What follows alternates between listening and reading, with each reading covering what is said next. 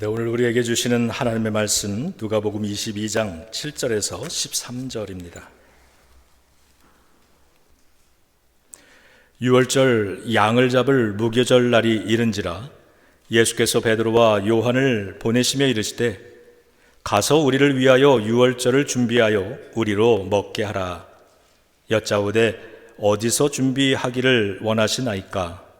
이르시되 보라, 너희가 성내로 들어가면 물 한 동이를 가지고 가는 사람을 만나리니 그가 들어가는 집으로 따라 들어가서 그 집 주인에게 이르되 선생님이 내게 하는 말씀이 내가 내 제자들과 함께 유월절을 먹을 객실이 어디 있느냐 하시더라 하라.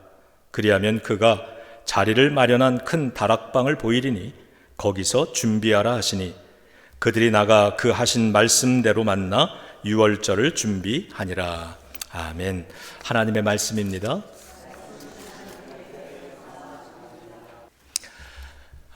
여러분 이런 생각 해보셨죠?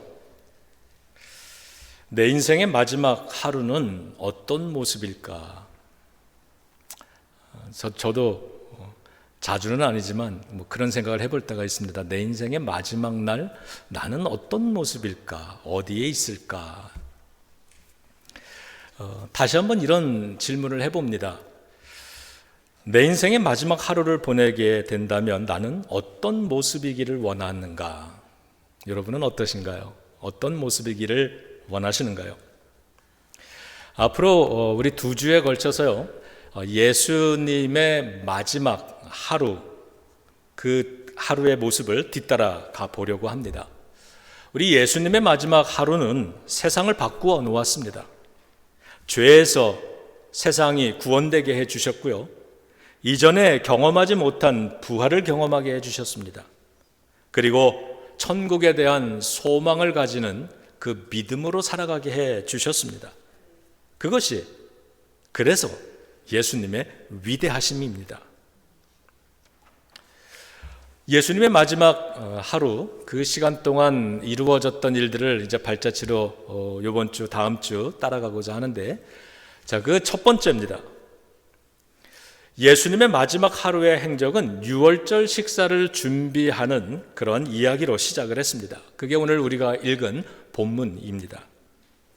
이날은 오늘 본문에 보면 유월절 양을 잡는 무교절이라 이렇게 말씀을 합니다. 이스라엘의 중요한 절기들이 있는데 그 중에 유월절이라고 하는 절기가 있죠. 이 유월절에는 양을 잡습니다. 그리고 그 잡은 것을 가지고 함께 식사를 하고 나면 그 다음 날부터는 무교절이 시작이 됩니다. 노예 생활을 하다가 이집트를 떠나서 홍해바다를 건너기까지의 그 오래된 고난의 역사, 고난의 인생, 이것들을 기억하고 거기에서 구원해 주신 하나님의 이 권능을 감사하는 절기가 바로 유월절이고요. 그 유월절의 하이라이트는 식사 자리였습니다. 예수님도 제자들과 이 식사를 하시기 위해 제자들에게 식사를 준비해라, 유월절 식탁을 준비해라 이렇게 지시를 하십니다. 그러자 그 지시를 받은 제자가 예수님께 다시 질문하죠. 예수님, 어디서 하기를 원하십니까? 이건 어느 성도의 집에서 하기를 원하십니까? 이런 질문이죠. 어느 장로님 댁에서 하시겠습니까? 어느 권사님 댁에서 하시겠습니까? 이걸 묻습니다. 그러자 예수님이 그 질문에 대한 대답을 이렇게 해주셨어요. 너희 마을로 들어가면 물 한 양동이를 길어서 가는 사람을 만날 텐데 조용히 그를 따라가라. 그리고 그가 들어가는 집에 가서 그 집 주인에게 이르기를 예수님께서 예수님의 제자들과 함께 유월절 식사를 하기를 원하시는데 그 장소가 어디냐? 객실이 어디 있느냐? 이렇게 질문하면 그가 준비된 객실을 너희에게 보여주리라 이렇게 대답을 하십니다. 제자들이 그렇게 했더니 그 한 집 주인이 자기의 집에 있는 다락방으로, 아주 큰 다락방으로 인도를 하며 여기입니다 이렇게 대답을 하게 됩니다. 그리고 거기서 제자들이 예수님과 함께 유월절 식사를 하게 됩니다. 그리고 이 식사는 예수님께서 십자가에 죽으시기 전 이 땅에서의 마지막 식사가 되는 거죠. 그런데 오늘 본문은 이 집 주인의 이름을 기록하고 있지 않습니다. 다시 말하면 무명의 교인이었다는 겁니다. 이 사람은 세상에 널리 알려진 그런 이름이 나 있는 인물이 아니었던 겁니다. 그가 어떤 삶을 살아왔는지, 또 어떻게 믿어왔는지, 얼마나 헌신을 하는지 아무도 모릅니다.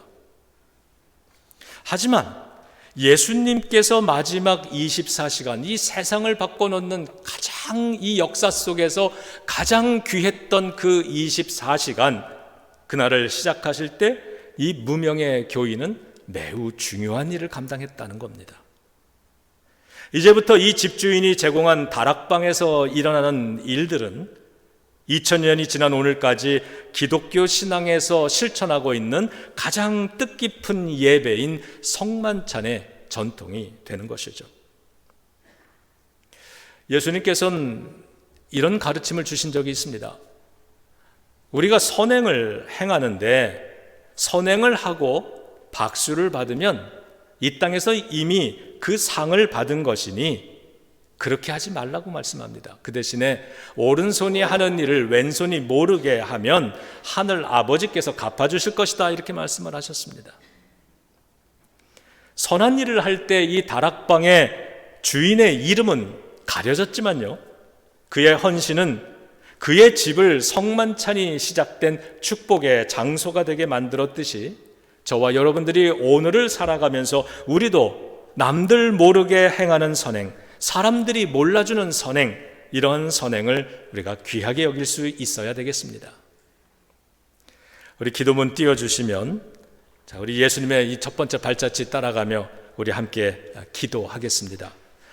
주님, 당신께 내 자신을 드리니 비록 작은 일이라 할지라도 필요한 곳에 나를 써 주소서. 무명의 제자가 했던 것처럼 인정받지 못해도 섬기게 하소서. 아멘. 두 번째로는 함께하는 성만찬입니다. 예수님과 함께하는 만찬이다. 그 다락방에 이제 6월절 식탁이 차려졌습니다. 예수님과 제자들이 그 식탁에 둘러 앉아서 6월절 식사를 하십니다. 이 유대인들의 6월절 식사, 그 음식은 정해진 음식을 먹습니다. 그리고 그 음식 하나하나에는 다 출애굽 때의 의미들이 담겨져 있습니다. 그래서 가족들이 둘러앉아 이 6월절 식사를 하게 되면 그 음식 하나하나의 뜻을 다시 한번 설명하고 다시 한번 들으면서 그 출애굽의 의미를 되새기는 겁니다.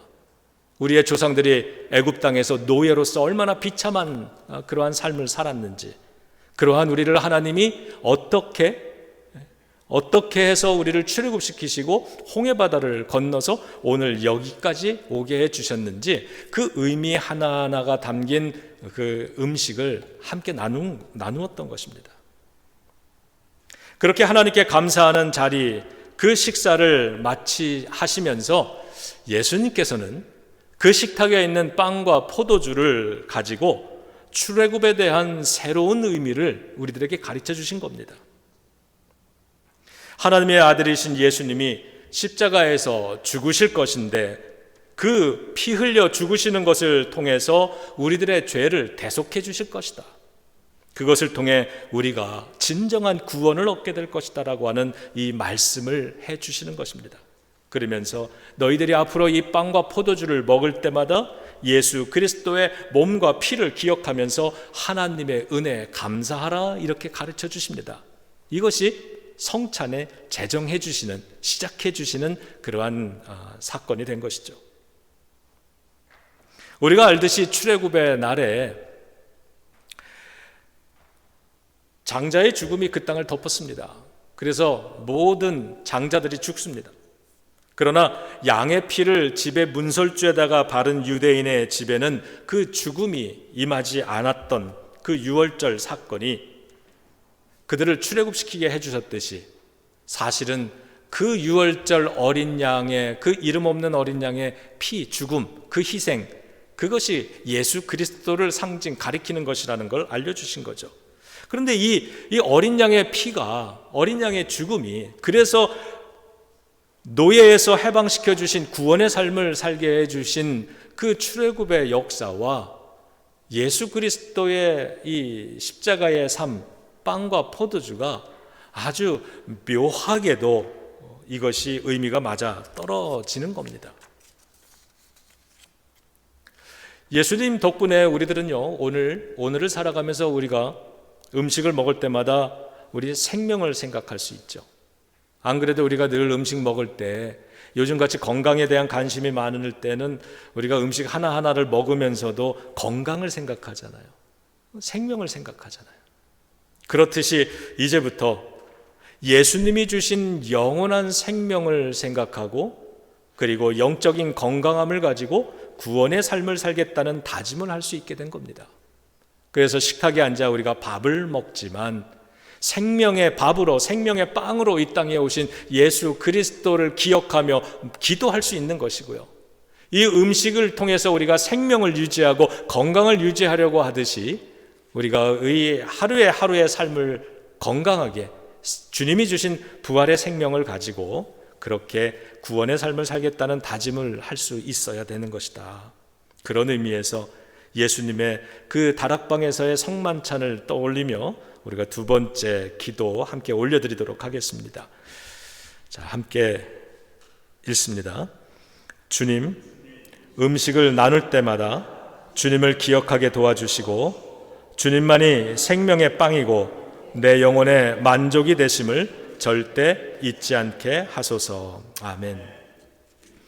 그 다음에 세 번째입니다. 우리 예수님께서 제자들의 발을 씻어 주십니다. 요한복음 13장인데요. 띄워주시면 좀 읽어보겠습니다.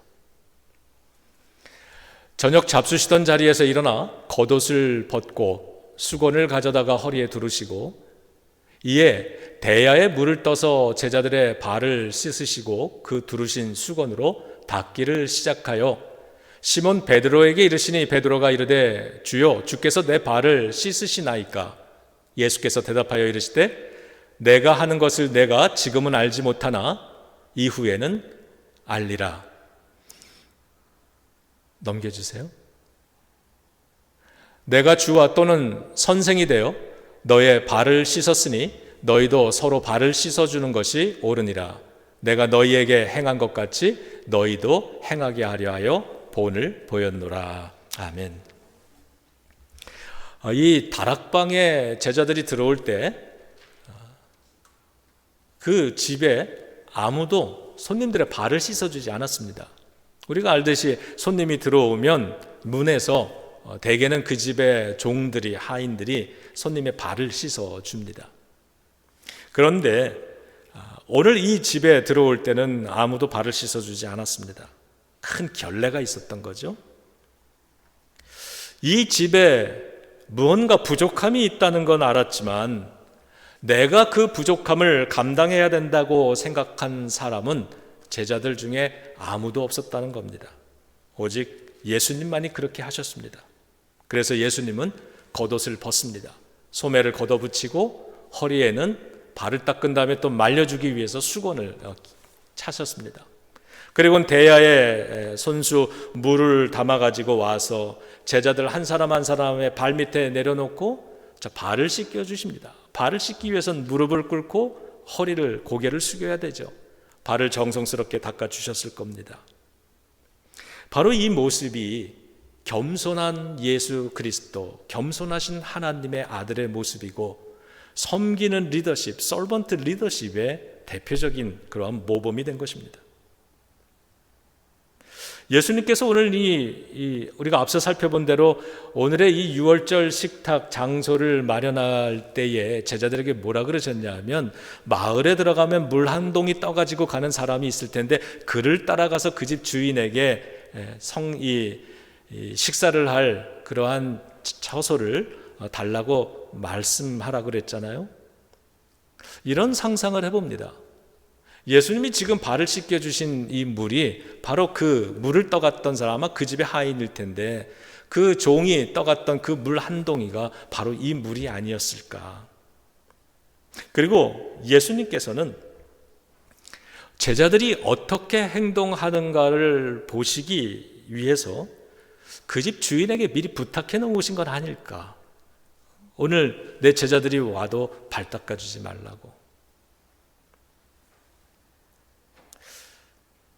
예수님께서 제자들의 발을 다 씻어주신 다음에 이렇게 말씀하셨죠. 너희도 서로의 발을 씻어주어라. 내가 너희의 선생이 아니냐.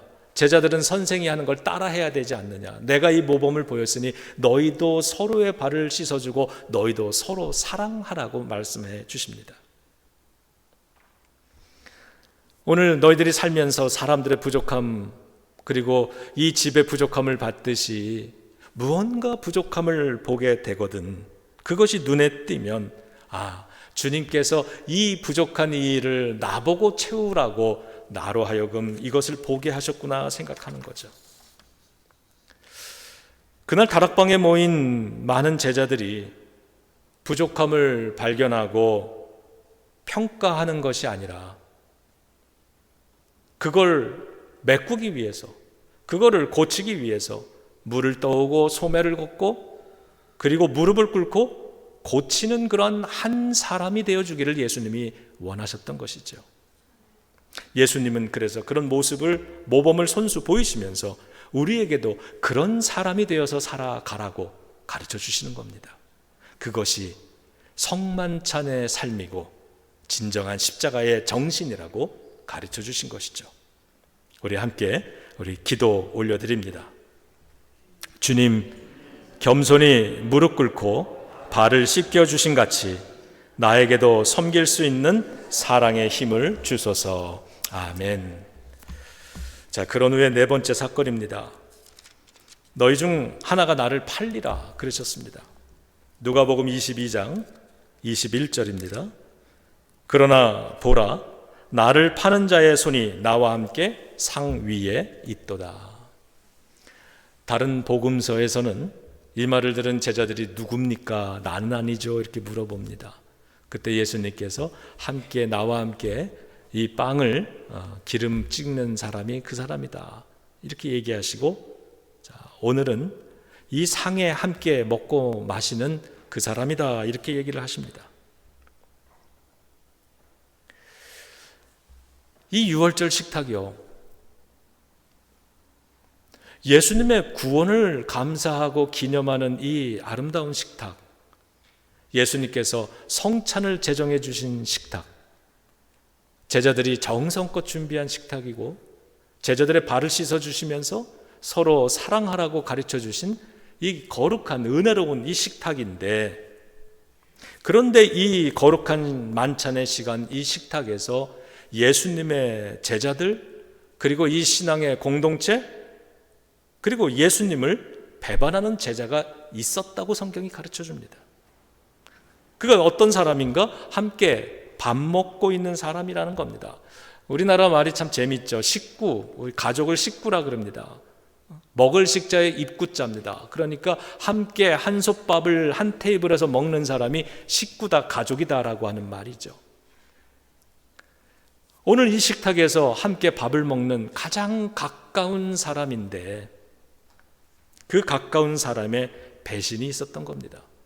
예수님이 정말로 아끼셨던 12 제자 중에 한 사람의 배신. 그래서 그 누구보다도 아마 가슴 아프고 뼈 아프셨을 겁니다. 그날의 배신은 어디서 일어났는가? 말씀드린 대로 다른 제자들이 열심히 준비해 놓은 그 식탁에서 이루어졌습니다. 성만찬을 제정하신 식탁에서, 제자들의 발을 씻어주신 그 식탁에서 일어난 배신. 우리는 이 사실을 알아야 됩니다. 우리의 식탁에서도, 우리의 믿음의 식탁에도 늘 은혜롭고 즐거운 일만 있는 것은 아니다. 예수님의 식탁에서도 이런 일이 일어났다면 허물 많은 저와 여러분들, 우리들의 식탁에서는 얼마나 더 많은 어려움들이 있겠습니까마는, 중요한 건 거기에 우리가 마음을 뺏기고 사는 것이 아니라 예수님께서도 그것에 마음을 뺏기고 거기서 예수님의 이 사역의 발걸음이 중단돼 버린 게 아니지 않습니까? 예수님은 그럼에도 불구하고 계속해서 십자가를 끝까지, 부활에까지 가셨듯이 우리들도 그러해야 될 줄로 믿습니다. 우리가 봐야 되는 건 그 가론 유다가 아니라 예수님은 유다처럼 그릇되게 행했던 나도 용서해 주셨다라고 하는 것. 그 용서를 받은 나이기 때문에 나도 오늘 주님의 이 식탁에 앉아서 함께 먹고 마실 때 나도 나를 배반하고 나에게 실망을 안겨준 사람을 나도 용서할 수 있는 그런 성도가 되어야 되겠다. 이런 다짐을 해보게 되는 것이죠. 예수님은 그것이 진정한 성찬의 삶이고 십자가의 삶이라고 가르쳐 주시는 겁니다. 우리 네 번째 기도문 또 함께 올려드립니다. 주님, 유다처럼 그릇되게 행했던 나를 용서하소서. 그런 나에게 자비를 베푸신 주님처럼 나도 실망을 안겨준 사람들에게 자비를 베풀게 하소서. 아멘. 그 다음 다섯 번째로 일어났던 일이 누가 큰가입니다. 누가복음 22장 24절에서 30절까지 이렇게 기록을 합니다. 또 그들 사이에 그중 누가 크냐 하는 다툼이 난지라 예수께서 이르시되 이방인의 임금들은 그들을 주관하며 그 집권자들은 은인이라 칭함을 받으나 너희는 그렇지 않을지니 너희 중에 큰 자는 젊은 자와 같고 다스리는 자는 섬기는 자와 같을지니라. 밑으로 내려가시면 이렇게 말씀합니다. 너희로 내 나라에 있어 내 세상에서 먹고 마시며 또는 보좌에 앉아 이스라엘 12지파를 다스리게 하려 하노라. 예수님께서는 십자가의 희생의 죽음을 당신께서 이제 감당하실 것을 제자들에게 들려주셨고 또 너희들 서로의 발을 씻겨주는 그러한 겸손한 자, 낮은 자가 되어라 이렇게 명령을 해주신 와중에도 제자들은 누가 크냐라고 하는 관심으로 서로 다투었다라고 하는 겁니다. 이 모습 보며 예수님이 얼마나 속 터지셨을까 생각해 봅니다. 그러면서 예수님이 제자들에게 이렇게 말씀합니다.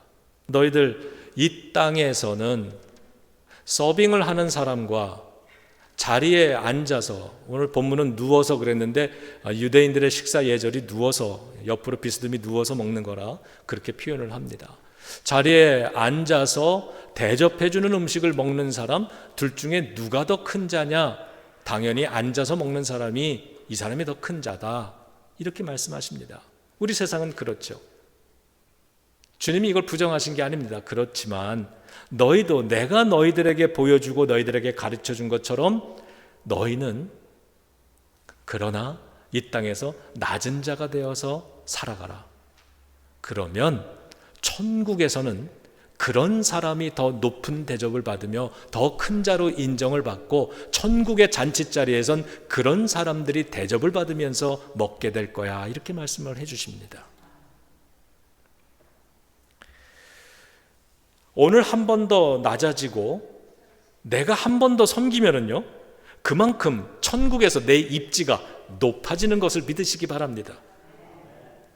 혹시 우리도 여러분들이 예빗교회에 나는 손님이 아니라 나는 주인이야, 자 이런 의식이 있으시다면, 또 예빗교회가 시작되는 데 있어서 남다른 지분이 여러분들에게 혹 있다고 그런 생각이 되신다면 어떻게 해야 됩니까?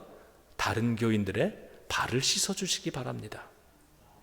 찾아오는 사람들에게 낮은 모습으로 섬기시기 바랍니다. 그래서 주님께서 우리들에게 가르쳐 주신 것을 우리의 삶으로 실천할 수 있는 그러한 예비교회 성도들이 되어주시기 바랍니다. 그러지 않으면 우리 모습도 제자들과 똑같아지는 겁니다. 네가 크냐 내가 크냐, 이 교회엔 내 목소리가 더 커야 된다고, 내 의견이 더 중요하다고, 내가 이 모든 걸 주관한다고, 이런 걸 은연중에 자꾸 보여주고 나타내고 싶어 한다면 그 모습이 제자들의 모습이라는 거죠. 예수님 속 터지십니다.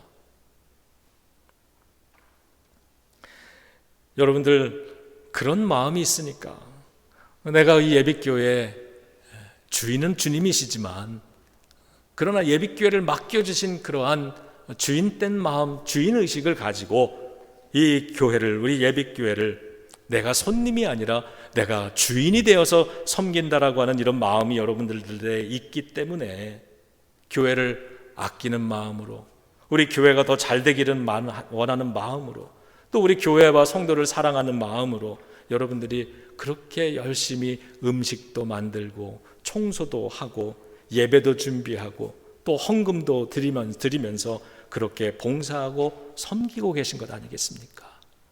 그리고 이러한 모습을 이름 없는 한 집주인이 예수님의 이 거룩한 일을 위해서 자기 집을 내어드린 것처럼 우리도 이름 없이 빚도 없이 오직 주님을 위해서 이 일을 하게 될 때 내 이름이 칭찬받는 게 아니라 주님의 영광이 더 크게 우리 교회를 통해서 나타나게 될 것을 알기 때문에 여러분들이 오늘도 열심히 묵묵히 섬겨 주시는 것 우리 주님께서 아십니다. 여러분, 그냥 저절로 되는 게 어디 있겠습니까? 다 누군가는 열심히 봉사하고, 누군가는 열심히 섬기고, 누군가는 열심히 참아주기 때문에 오늘의 이 공동체가 유지되는 거지, 세상에 저절로 되는 것 하나도 없지 않습니까? 어제 우리가 이 건물 지난주에 안내 말씀 드린 것처럼 이 건물이 너무 이쁘고 좋기 때문에 정기적으로 1년에 한 번씩 인스펙션을 나옵니다.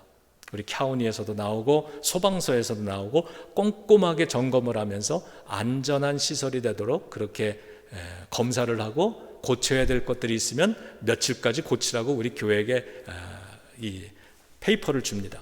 그럼 그거 하나하나 우리가 고친 다음에 다시 인스펙션을 받습니다. 그리고 통과가 되면은 또 1년 동안 우리와 학교와 이런 예배 장소로 우리가 쓸 수 있게 되는 거예요. 저 천당에 보시면 저 동그란 회색 커버가 있는데 저것들이 그냥 떨어져서 어떤 것들은 저게 없는 곳, 비어있는 곳이 있었는데 저거를 커버를 끼라 그럽니다.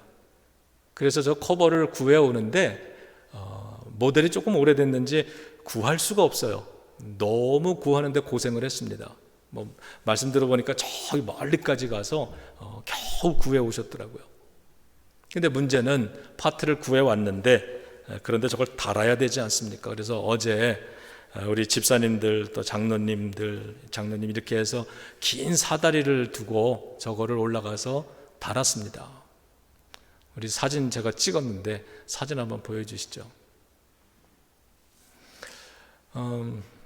저는 이 사다리를 끼고 우리 교인분들이 저기 올라갈 때마다 전구 하나 나가도 다음에는 그냥 우리 어두운 채로 그냥 지냅시다 이렇게 얘기해요. 저거 올라가는 걸 마음이 너무 아파서 제가 좀 보기가 힘든데, 근데 어제는요 제가 저 모습을 보면서 베델이 생각이 났습니다. 야곱이 돌베개를 베고 잠잘 때 그의 꿈속에서 하늘까지 닿는 긴 사다리가 보였고 그 사다리를 천사가 오르락내리락 했다는데, 그 생각을 떠올리면서 저 사다리를 오르내리는 우리 교인들을 보면서 제가 이런 생각이 들었어요. 그렇구나, 우리가 천사의 역할을 하면서, 여러분들이 천사의 역할을 하면서 우리가 살고 있구나. 여러분, 우리 교회는요 작은 자가 되고 섬기는 자가 되는 연습을 하는 곳입니다.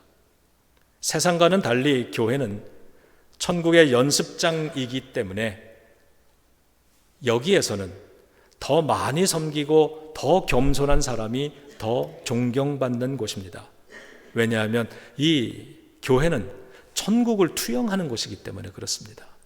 예수님의 말씀처럼 천국에서는 섬기는 자, 이 땅에서 낮아진 사람이 더 높은 대접, 인정을 받으며 살아간다라고 했기 때문에 우리 교회에서도 천국처럼 낮아진 자, 섬기는 자, 헌신하는 자, 인내하는 자, 견디는 자, 이렇게 예수 그리스도의 은혜를 받은 줄을 감사하면서 저 십자가를 감당하려고 애쓰는 사람들이 이곳에서 더 존경받는 것, 그게 교회여야 한다는 것입니다. 낮은 모습으로 겸손하게 섬기는 자, 사랑으로 발을 씻어줄 수 있는 사람들, 이런 사람들, 그런 자들이 예수님의 십자가를 뒤따르며 살 수 있는 참된 제자가 되는 것인 줄로 믿습니다. 그것이 성만찬의 삶이고 십자가 정신이라고 가르쳐 주시는 것이죠. 우리 기도문 띄워주시면 또 함께 기도하겠습니다. 주님, 제자들이 그랬듯이 나도 남들보다 더 중심이 되고 우선이 되고 싶어 합니다. 내게 겸손과 섬김의 마음을 주소서. 천국에서 높아지게 하소서. 아멘. 그런 다음 예수님께서 마지막으로요, 오늘의 마지막 처소를 예비하러 간다라고 말씀을 해주십니다. 그게 요한복음 14장 1절에서 3절의 말씀인데요.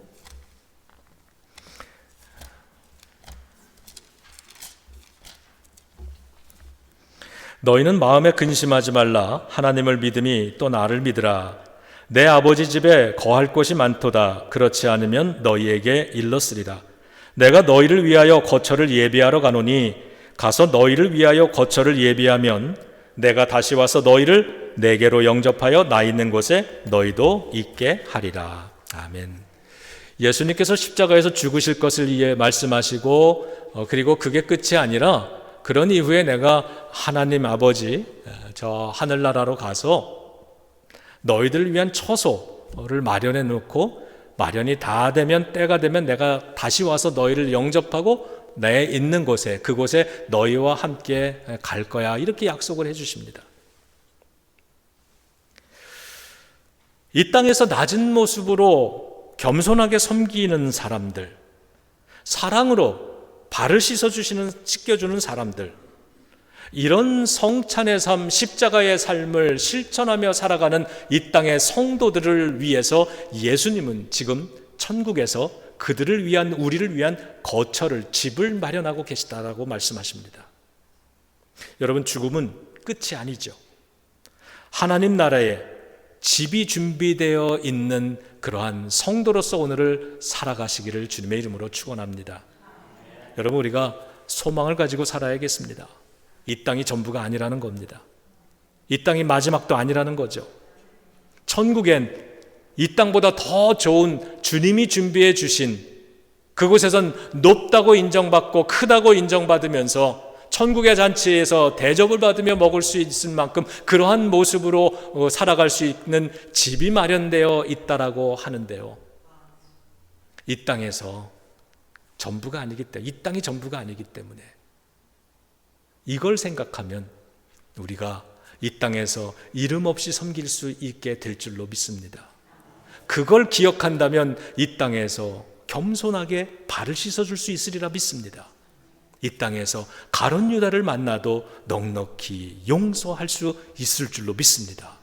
그리고 부족함이 보이면 주님이 이거를 감당하라고 하시는구나.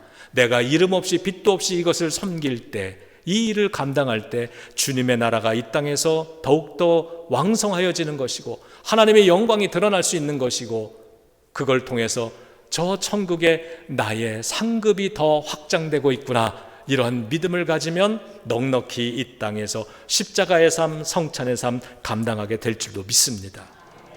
여러분, 이것이 크리스찬이 오늘을 살아가는 방식인 줄로 믿습니다. 이 소망 가지고 오늘 마지막 기도 함께 올려드립니다. 주님, 이 땅에서 내 삶이 끝나는 날에 나를 위해 주님께서 예비해 두신 영원한 처소에 들어가 영원히 주님과 함께 살게 됨을 믿게 하소서. 아멘. 기도하겠습니다. 하나님, 예수님의 마지막 발자취를 우리들이 따라가면서 드린 이 기도, 오늘 성도들이 올려드린 이 기도, 주님 받아주시고 이 기도대로 우리의 오늘의 삶이 이루어지고 사라질 수 있도록 축복하여 주시옵소서. 예수님의 이름으로 기도드립니다. 아멘.